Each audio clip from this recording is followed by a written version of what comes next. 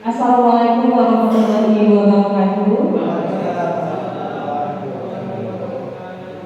Selamat pagi Bapak Ibu semuanya. Mohon izin saya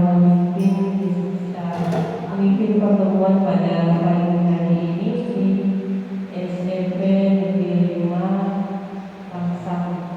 Masih ada seangkatnya Pak? Berarti sudah SMP Negeri 5 ya. Bersyukur kita kepada Allah Subhanahu wa Ta'ala yang mana pada pagi yang cerah ini kita diberikan kesehatan, nikmat, rahmat sehingga kita bisa berkumpul bermuamalah dalam satu rangkaian yaitu diskusi prakarsa perkembangan guru penggerak angkatan 10 dengan ucapan alhamdulillah. Kemudian salam serta salam kita lakukan kepada kita yang telah Muhammad SAW dengan ucapan Allahumma sholli ala sayyidina Muhammad wa ala ali sayyidina Muhammad. Semoga di akhir nanti kita mendapat syafaat dari beliau. Amin Allahumma amin.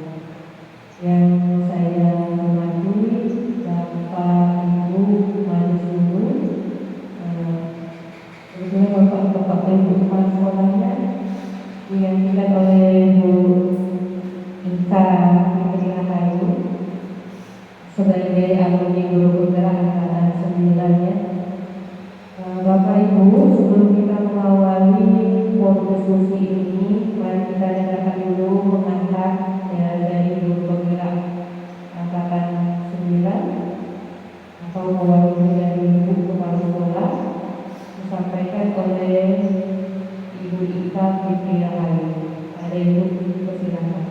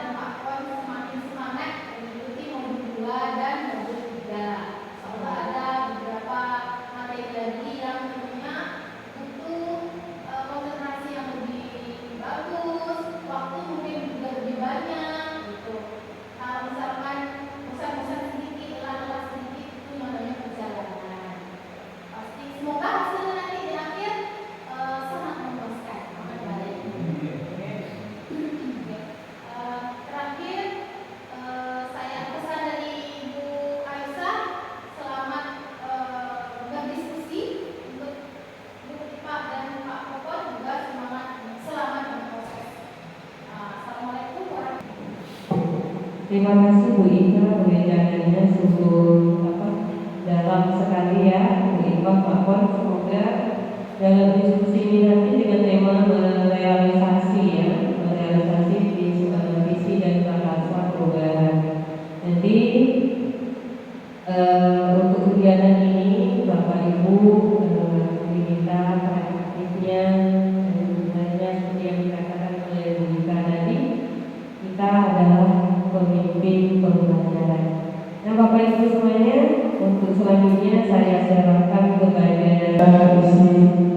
agenda kegiatan.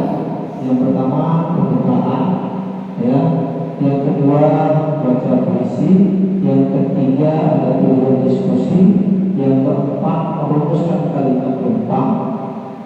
Yang kelima mengidentifikasikan perilaku yang mencerminkan visi. Terus selanjutnya mendiskusikan inisiatif perubahan yang dapat dilakukan di sekolah. Dan yang terakhir adalah penutup. Dan di sini saya akan membacakan puisi. Puisi ini diciptakan oleh Insinyur Soekarno, Presiden pertama kita. Ya. Jikalau aku mendengarkan lagu-lagu yang merdu dari Batam, bukan lagi lagu, aku mendengarkan Indonesia. Jikalau aku mendengarkan pangkur pawaran, bukan lagi pangkur pawaran yang mendengarkan, aku mendengar Indonesia. Jikalau aku mendengarkan lagu Olisio dari Maluku, bukan lagi aku mendengarkan lagu Olisio, aku mendengarkan Indonesia. Jikalau aku mendengarkan burung perkutut menyanyikan di pohon ditiup angin yang sepoi-sepoi, bukan lagi aku mendengarkan burung perkutut, aku mendengarkan Indonesia. Jikalau aku menghirup udara ini, aku tidak lagi menghirup udara, aku menghirup Indonesia. Jikalau aku melihat wajah anak-anak di desa dengan mata yang bersinar-sinar, Pak Merdeka, Pak Merdeka, Pak Merdeka, aku bukan lagi melihat mata manusia, aku melihat Indonesia.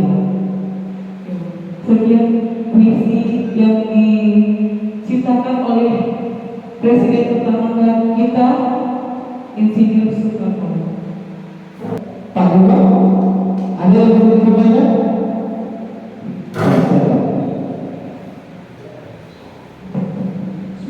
Assalamualaikum warahmatullahi wabarakatuh. Kalau menurut saya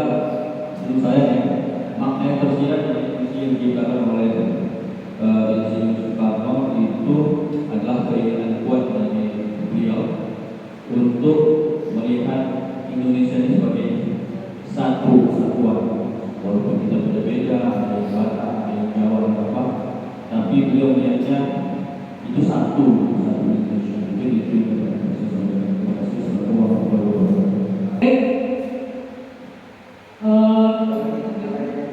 Ingatkah Bapak Ibu pada masa kecil kita pernah ditanya mengenai cita-cita? Ya, pasti nanti keluar jawabannya macam-macam. Dari guru, dari dokter, dari pilot, dari pemadam kebakaran, jadi presiden, kata Pak Ali, jadi tentara, jadi polisi. Jadi ketika kecil kita ditanya cita-cita itu, kita belum tahu apakah cita-cita itu akan tercapai di masa depan. Betul Bapak Ibu? Nah, dengan gampangnya kita mengucapkan kita mau jadi presiden, seolah-olah untuk meraihnya itu ya bisa saja gitu diupayakan. Begitulah visi. Visi itu bagaikan membayangkan sebuah lukisan lengkap pada kanvas yang masih kosong. Visi memang belum terjadi saat ini, tapi kuat ingin kita raih untuk masa depan. Walaupun belum tentu akan terjadi visi itu, tapi itu merupakan cita-cita kita yang kuat ingin kita raih untuk masa depan. Kemudian coba sekarang kita bayangkan, kita inginkan bagaimana sih kira-kira murid yang Bapak Ibu idam-idamkan di masa akan datang. Kemudian guru-guru dan sejawatnya seperti apa yang Bapak idamkan. Juga lingkungan sekolahnya juga seperti apa. Kita bantu untuk merumuskan visi dengan kalimat lempang ini. Silakan lengkapi kalimat lempang ini dengan sungguh-sungguh, sepenuh hati dan pikiran, sehingga tersusun sebuah kepala tertutup yang dapat menggambarkan visi tentang murid dan sekolah yang Bapak Ibu idam-idamkan. Sebuah sekolah yang berpihak kepada murid. Jadi sesuai dengan filosofis Ki Hajar Dewantara, pendidikan itu hendaknya berpihak kepada murid, menghamba kepada anak. Artinya apa? Kita dapat menuntut segala produk yang sudah dibawa dari lahir oleh anak-anak peserta didik kita. Berikut kalimat umpamanya. Yang pertama, saya memimpikan murid-murid yang. Silakan Bapak Ibu isikan. Nanti saya bagikan link kanvanya di situ. Ada board, ada nama-nama Bapak Ibu di sana. Silakan isikan nanti. Lalu saya percaya bahwa murid saya adalah titik-titik. Silakan diisikan. Kemudian di sekolah saya mengutamakan apa? Sesuai dengan impian Bapak Ibu masing-masing. Lalu murid di sekolah saya sadar betul bahwa, kemudian saya dan guru lain di sekolah saya yakin untuk. Lalu yang terakhir, saya dan guru lain di sekolah saya paham bahwa. Nanti silakan saya kasih waktu 5 menit cukup untuk melengkapi kalimat umpamanya. Cukup Bapak Ibu? Cukup kan ya? Cukup ya? Nanti saya berikan linknya di grup WA sekolah ya. Link kanvanya silakan diisi.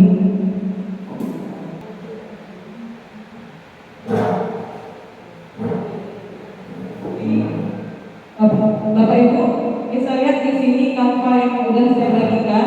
Ini masih kosong ya. Silahkan nanti Bapak Ibu edit. Ini namanya Joko Hermawan. Nanti lihat halamannya. Cari nama Bapak Ibu. Kemudian lagi saya memberikan murid yang nanti satu-satu kemudian lanjutkan. Silahkan diisi. Nanti kemudian kita ramu sama-sama ya Bapak Ibu. Yang tadinya impian Bapak Ibu masing-masing nanti kita ramu menjadi impian kita, impian sekolah kita. Pertanyaan ini tertuju pada murid atau tertuju pada lembaga? Pertanyaan ini Kepada diri sendiri. diri sendiri. Tapi ini memberikan seperti apa?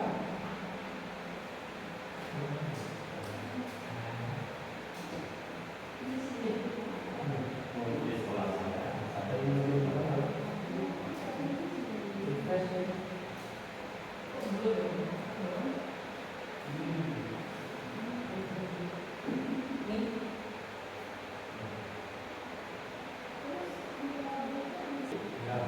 Terima kasih Bapak Ibu, udah ada beberapa responden yang mengisi. Kita bacakan punya Pak Joko Hermawan. Pak Joko Hermawan seperti apa sih mimpinya? Saya memimpikan murid yang mampu bekerja secara mandiri dan juga berkelompok serta sadar akan perannya sebagai generasi penerus bangsa yang harus memiliki akhlak yang mulia. Masya Allah. Kemudian saya percaya bahwa murid, kata Pak Joko, yaitu jiwa-jiwa yang perlu diisi dengan hal-hal positif sehingga memunculkan manusia yang bijaksana. Lalu di sekolah saya mengutamakan pemahaman bahwasanya akhlak berada di atas ilmu. Maka perlu memperbaiki akhlak sebelum menjerat ilmu yang diberikan oleh pendidik. Saya dan guru lain di sekolah saya paham bahwa perlu melaksanakan pembelajaran yang berpihak pada peserta didik, sehingga mereka merasa dihargai dan menjadi ikhlas dalam melaksanakan kewajiban belajarnya. Next, Pak Joko. Responden berikutnya Pak Rahmat Effendi. Seperti apa mimpi Pak Rahmat? Jadi kita lihat mimpi masing-masing dulu. Pak Joko punya mimpi, Pak Rahmat punya mimpi, masing-masing kita punya mimpi. Nanti akan kita ramu menjadi mimpi kita. Kita lihat mimpi Pak Rahmat. Pak Rahmat memimpikan murid-murid yang tekun dan serius dalam menjalani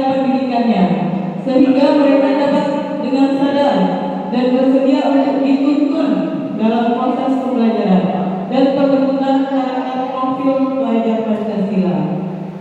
Jadi itu mimpi Pak Rahmat, ingin anak muridnya tekun dan serius.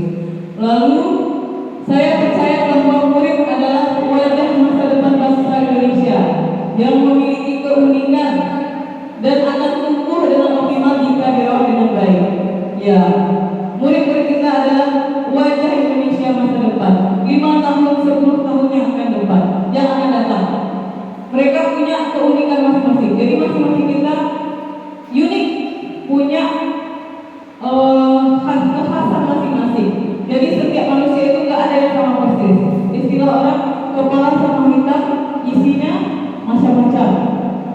Kemudian di sekolah saya mengutamakan penanaman karakter sesuai dengan profil pelajar Pancasila dan mewujudkan pelajar yang memiliki budi pekerti dan sopan santun. Murid di sekolah saya sadar betul bahwa belajar dengan baik bisa membuat dia menjadi lebih baik lagi berpikir untuk maju. Hampir sama dengan mimpi Pak Joko ya. Lalu saya dan guru lain di sekolah saya yakin untuk dapat menerapkan dan menyediakan layanan pendidikan yang berpihak kepada murid dan menerapkan azas-azas sesuai dengan pemikiran Ki Hajar Dewantara.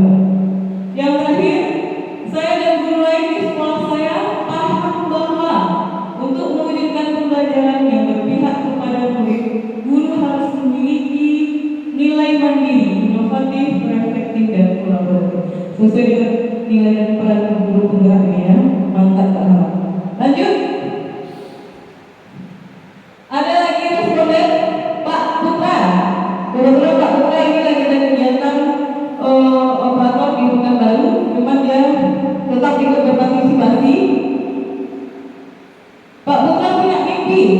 Siswa saya memimpikan murid-murid yang beriman kepada Tuhan Yang Maha Esa dan berakhlak mulia, serta menjadi pribadi yang mandiri, aktif, kreatif, inovatif. Rata-rata dari ketiga tadi bisa kita ramu ya, sama ya, hampir mirip-mirip. Lalu saya percaya bahwa murid adalah anak-anak yang memiliki karakter dan keunikannya masing-masing. Iya. Lalu di sekolah saya mengutamakan kesadaran bahwa akhlak lebih penting daripada ilmu. Sebaiknya memperbaiki akhlak sebelum dari ilmu dari guru. Lalu murid di sekolah saya sadar betul bahwa belajar itu penting untuk masa depan yang lebih baik. Lagi, saya dan guru lain di sekolah saya yakin untuk memberikan pendidikan terbaik kepada siswa serta membantu mereka menemukan dan mengembangkan bakat serta potensi yang ada dalam diri mereka.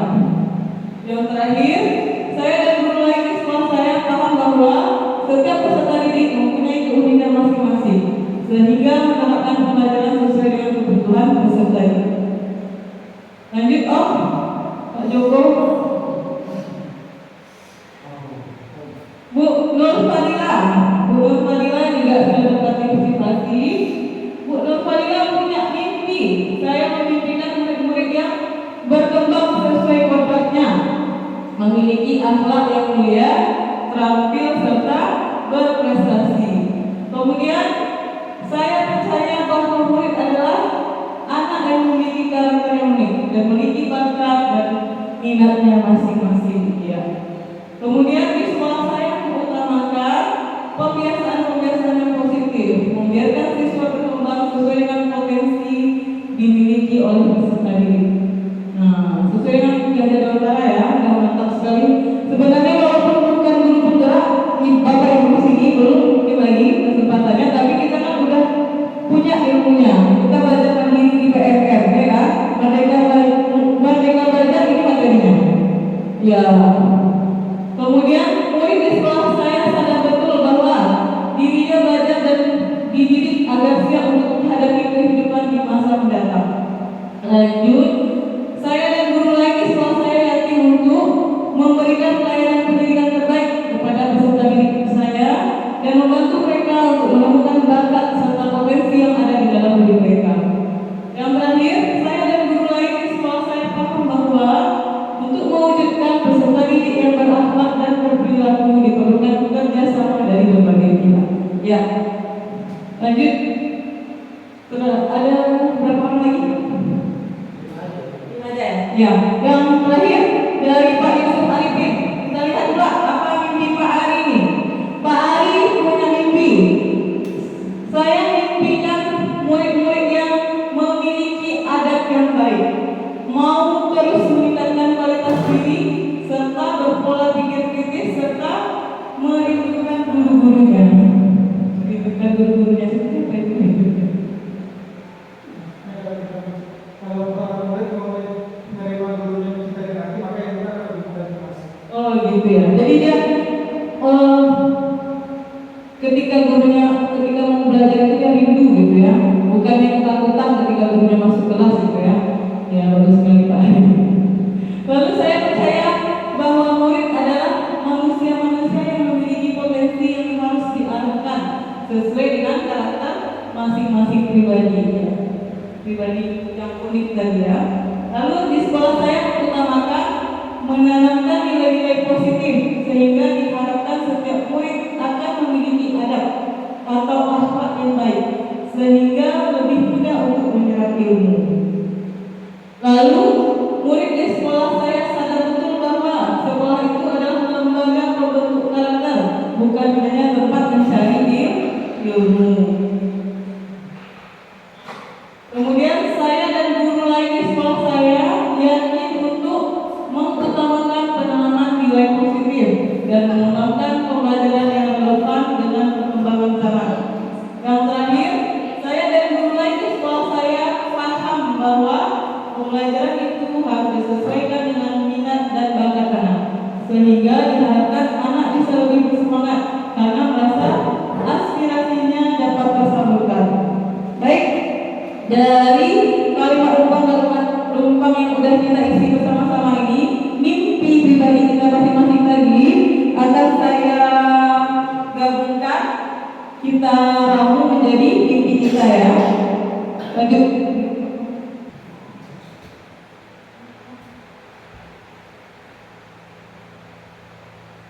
Baik Bapak Ibu, kita lanjutkan. Ini dari mimpi-mimpi masing-masing guru tadi sudah saya kumpulkan di sini ada 5. Kemudian dari ini yang pertama saya memimpikan murid yang kita lihat yang pertama itu ada yang pertama mampu bekerja secara mandiri juga berkelompok serta sadar akan perannya sebagai generasi penerus. Tadi sudah kita sebutkan masing-masingnya. Kemudian saya minta salah satu dari Bapak Ibu bisa membuat kesimpulan dari 5 ini. Siapa kira-kira bisa? Pak Bilin, kita lihat dari mimpi masing-masing guru kita tadi, kita buat kesimpulannya. Coba silakan.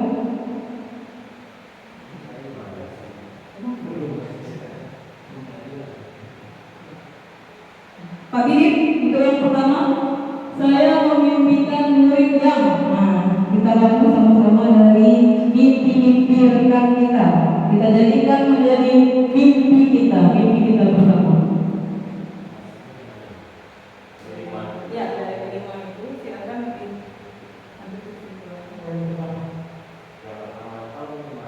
kelima-limanya kita rambut menjadi satu. Jadi satu kesimpulan. Belum terbaca semua. Belum terbaca, coba di Zoom.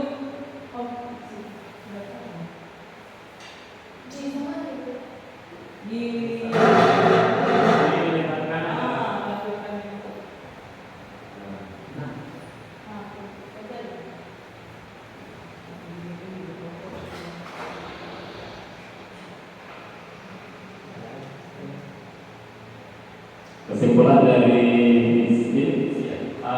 mimpi ya, kesimpulan dari mimpi guru SMP Timbangan saya. Ini mahasiswa itu bisa mandiri, tekun dan serius, serta memiliki sikap beriman dan memiliki kreativitas dan inovatif dan berkembang sesuai kodratnya, serta memiliki adab yang baik terhadap guru-gurunya dan berpola kritis. Itu kesimpulan dari saya. Bisa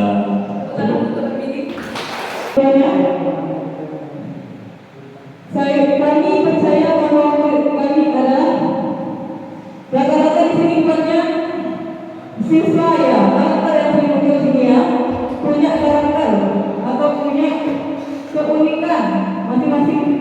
Siswa kita itu merupakan pribadi yang berbeda satu sama lainnya.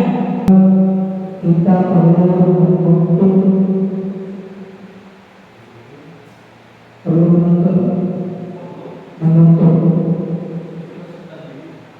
ya, sehingga perlu dituntut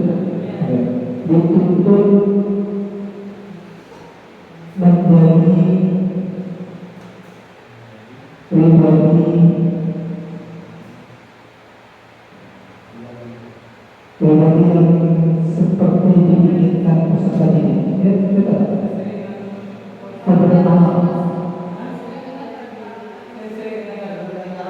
Kita hanya bisa menuntut. Ya. Kita tidak menuntut. Sehingga perlu dituntut menjadi pribadi sesuai dengan karakternya, bukan selesai, sesuai dengan karakternya masing-masing. Jadi sehingga dia dapat tumbuh dengan optimal sesuai dengan bakat kodratnya, minat dan bakat yang sesuai dengan kodratnya, ya, yang sudah dibawa sejak lahir. Gimana sih? Kita kan hanya menuntun, kita tidak menuntun, ya. Kami percaya bahwa peserta didik memiliki karakter dan keunikan masing-masing. Coba Bu Ika ini menambahkan karena mikrofonnya mantap ya, Bang Dago, bisa dibawa. Sesuai dengan karakter dan potensi dan minat. Coba.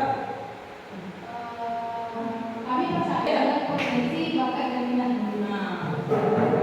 Dia kalau bakat itu dibawa dari lahir, sementara minat bisa ditumbuhkan. Ya, kalau kita ibaratkan seperti tanaman, petani itu menanam padi, maka yang bisa diupayakan yaitu bagaimana padi itu bisa tumbuh menjadi padi yang berkualitas baik dengan cara memupuk, dengan cara mengolah lahannya. Tapi kita tidak bisa mengubah padi menjadi jagung. Artinya siswa kita punya kodratnya masing-masing. Yang kodratnya padi, ibarat tumbuh tadi dia akan tumbuh menjadi padi. Jagung akan tumbuh menjadi jagung. Yang bisa kita upayakan hanya mengoptimalkan, menyediakan lingkungan belajar yang bisa mendukung tumbuh kembangnya. Baik, yang selanjutnya kita lihat kalimat penumpang tadi, Pak Joko. Di sekolah saya mengutamakan.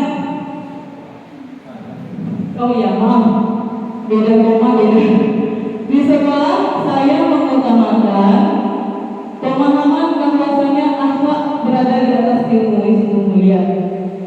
Maka perlu memperbaiki akhlak sebelum menyerap ilmu yang diberikan oleh pendidik. Penanaman karakter sesuai dengan profil. Penanaman karakter sesuai dengan profil pelajar Pancasila dan menunjukkan pelajar yang memiliki budi pekerti dan sopan santun. Yang ketiga, kesadaran bahwa akhlak lebih penting daripada ilmu. Sebaiknya memperbaiki akhlak sebelum menerima ilmu dari guru. Lanjut, kemudian pembiasaan yang positif, membiarkan siswa berkembang sesuai dengan potensi yang dimiliki peserta didik. di sekolah saya mengutamakan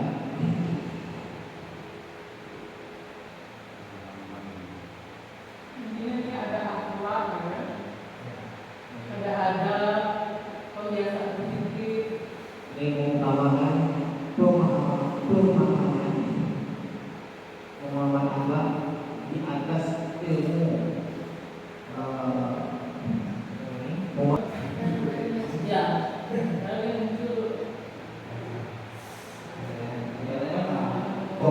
muncul pemahaman dan pengalaman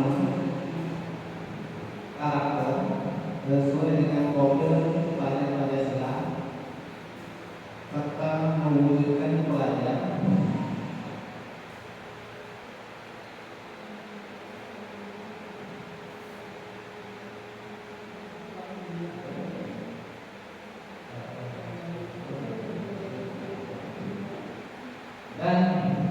berkembang sesuai dengan potensi yang dimiliki peserta didik.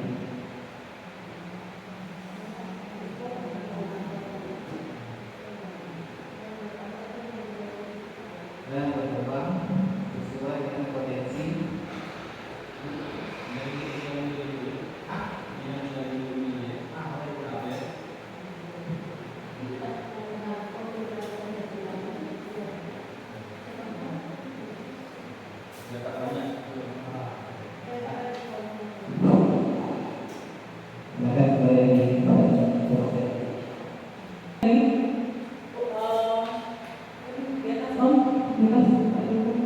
Di sekolah saya mengutamakan, berarti di sekolah kami mengutamakan pemahaman dan penanaman karakter sesuai dengan profil pelajar Pancasila, serta mewujudkan pelajar yang memiliki sopan santun, berpikiran positif, bermanfaat dan berbudaya positif.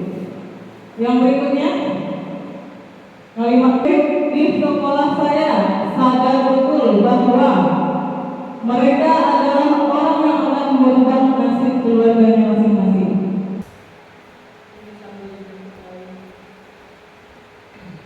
Yang ketiga, belajar itu penting untuk masa depan yang lebih baik. Keempat, penanaman karakter sesuai dengan profil Pancasila dan mewujudkan pelajar yang memiliki budi pekerti dan sopan santun. Keempat, dirinya belajar dan dididik agar siap untuk menghadapi kehidupan di masa mendatang. Dan terakhir, sekolah itu adalah lembaga pembentuk karakter, bukan hanya tempat mencari ilmu.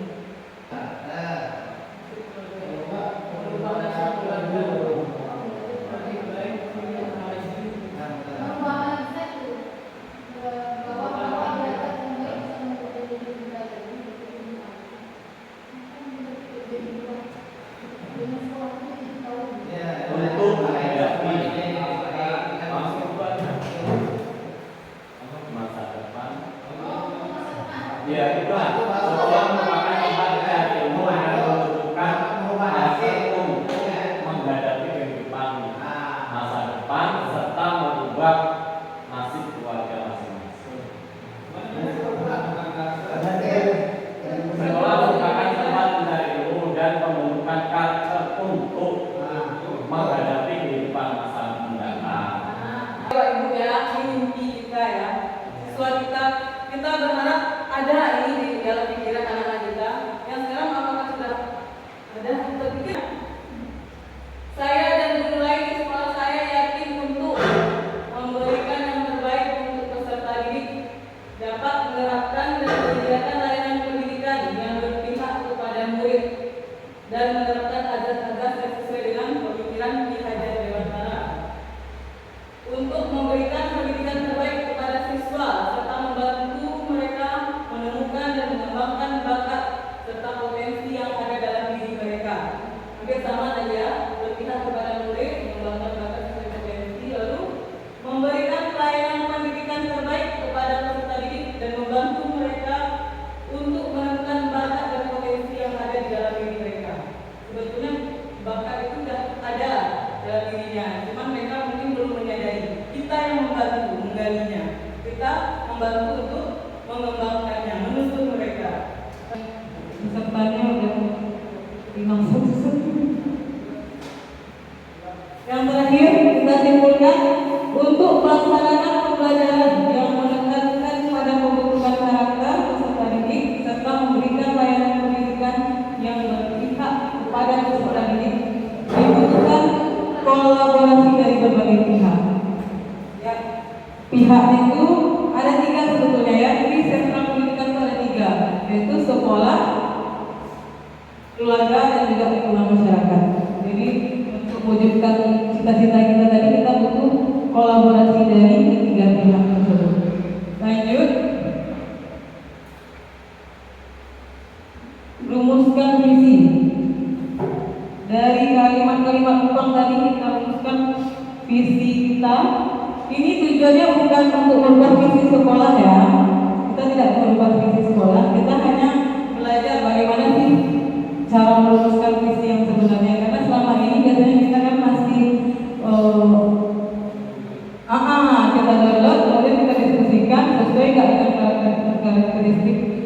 satuan pendidikan kita sudah kita dididik. Dan sekarang kita sudah melaksanakan bagaimana jalannya susunan pembentukan visi yang sebenarnya. Lalu berikutnya kita lihat visi sekolah kita saat ini. Terlaksananya proses pendidikan yang memenuhi standar mutu, berkarakter serta berwawasan iptek dan berlandaskan iman dan takwa. Nah, setelah kita merumuskan visi tadi, kemudian bagaimana sih cara kita mewujudkannya? Dengan salah satunya itu dengan pendekatan inquiry apresiatif. Apa sih itu inquiry apresiatif? Jadi inquiry apresiatif merupakan suatu filosofi, suatu landasan berpikir yang berfokus pada upaya kolaboratif untuk menemukan hal positif dalam diri seseorang, dalam suatu organisasi dan dunia di sekitarnya, baik di masa lalu, masa kini maupun masa depan. Jadi secara umum dapat kita artikan ini merupakan suatu pendekatan yang bisa kita gunakan untuk membuat suatu perubahan. Pendekatan ini berbeda dengan pendekatan yang lalu yang biasa kita gunakan. Biasanya kita ketika ingin membuat suatu program atau membuat suatu perubahan, biasanya ketika kita ingin membuat suatu perubahan itu diawali dengan mengidentifikasi masalah, ya kan? Kita awali dengan pertanyaan seperti mengapa sih capaian hasil belajar siswa rendah? Lalu apa yang membuat rencana kegiatan sekolah tidak berjalan lancar? Kemudian siapa sih kira-kira aktor atau orang yang tidak bisa ikut serta dalam program-program sekolah? Biasanya kita mencari itu kan? Kita selalu mencari masalah. Apa kira-kira yang menyebabkan suatu program itu tidak berjalan dengan baik? Tapi berbeda dengan pendekatan inquiry apresiatif ini sebagai pendekatan manajemen perubahan atau dikenal dengan BAGJA, ini lebih menekankan pada mencari nilai-nilai positif atau aspek apa yang kita miliki, kekuatan apa yang kita bisa kembangkan untuk membuat suatu perubahan. Contoh-contoh pertanyaan positifnya, hal-hal baik apa yang perlu dicapai murid kita di kelas. Jadi kita mengidentifikasi semua potensi yang ada pada siswa kita, guru-guru atau lingkungan sekitar kita. Ya, itu merupakan aset. Lalu apa pelajaran menarik yang dapat dipetik dari setiap guru di kelas? Kemudian bagaimana mengembangkan praktik baik setiap guru untuk dipertahankan sebagai budaya sekolah. Jadi ini bedanya ya, pendekatan yang inquiry apresiatif dengan pendekatan yang sebelumnya. Kita fokus pada potensi kita, fokus pada hal-hal positif. Kemudian perbedaan lainnya yaitu untuk inquiry apresiatif ini dia ciri khasnya itu mengutamakan kolaborasi atau kerjasama. Jadi inquiry apresiatif tadi sebagai pendekatan perubahan yang BAGJA ini tahapan-tahapannya. Yang pertama, B itu merupakan buat pertanyaan utama.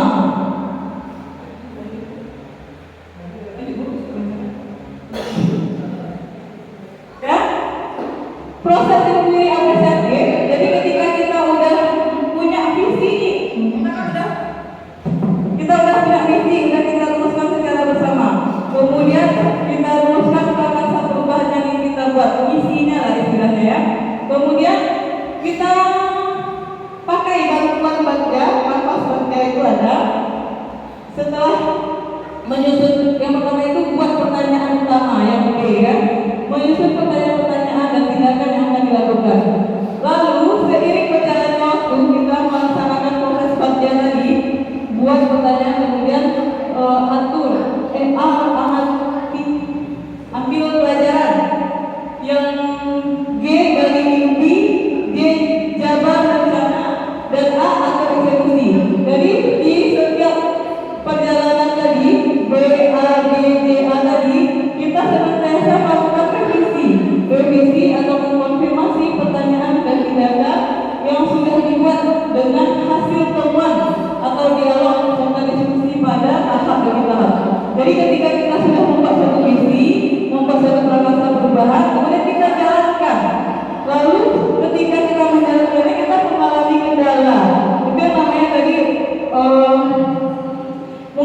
temuan. Nah itu tadi. Kita mungkin melakukan diskusi dengan orang yang sudah berhasil melaksanakan perubahan, lalu kita melaksanakannya, ternyata ada temuan. Kemudian yang tadi itu kita jadikan umpan balik. Jadi seketika perbaikan. Lanjut. Kita lihat contoh prakarsa perubahan yang saya buat. Terima kasih Ibu Hafizah Ifah yang telah menyampaikan visi misi prakarsa perubahan yang telah dipelajari dari modul 1.3 dari pendidikan guru gerak. Bapak Ibu rekan guru yang hebat, terima kasih saya ucapkan atas partisipasi hebatnya yang luar biasa. Nah Bapak Ibu, saya kasih atas dulu ya untuk misi sekolahnya yang luar biasa. Ayo kita kasih semangat dulu untuk Bapak Ibu semuanya. Sesuai dengan apa yang dipelajari di modul 1.3, sekolah Bapak Ibu sudah mencerminkan visi misi yang sesuai dengan yang dipelajari, yaitu ketika karakter profil pelajar Pancasila yang sudah tertera di sana dituangkan, tidak perlu dilanjutkan lagi di ujungnya kata profil pelajar Pancasila. Kemudian Hafizah, visinya sudah luar biasa, prakarsanya sudah luar biasa. Nah sekarang Bapak Ibu semuanya, mari kita berkolaborasi menciptakan agar visi misi yang kita buat bersama, yang kita diskusi bersama tadi bisa terwujud dan bisa terlaksana dengan baik. Saya sebagai guru pendamping dari CGP Angkatan 10 mengucapkan ribuan terima kasih dan mohon maaf atas kesalahan yang saya lakukan mulai dari datang tadi mungkin mengganggu. Kemudian hanya itu yang saya ucapkan. Terima kasih Bapak Ibu ya atas penyambutannya luar biasa. Akhir kalam, wabillahi taufiq wal hidayah. Assalamualaikum warahmatullahi wabarakatuh.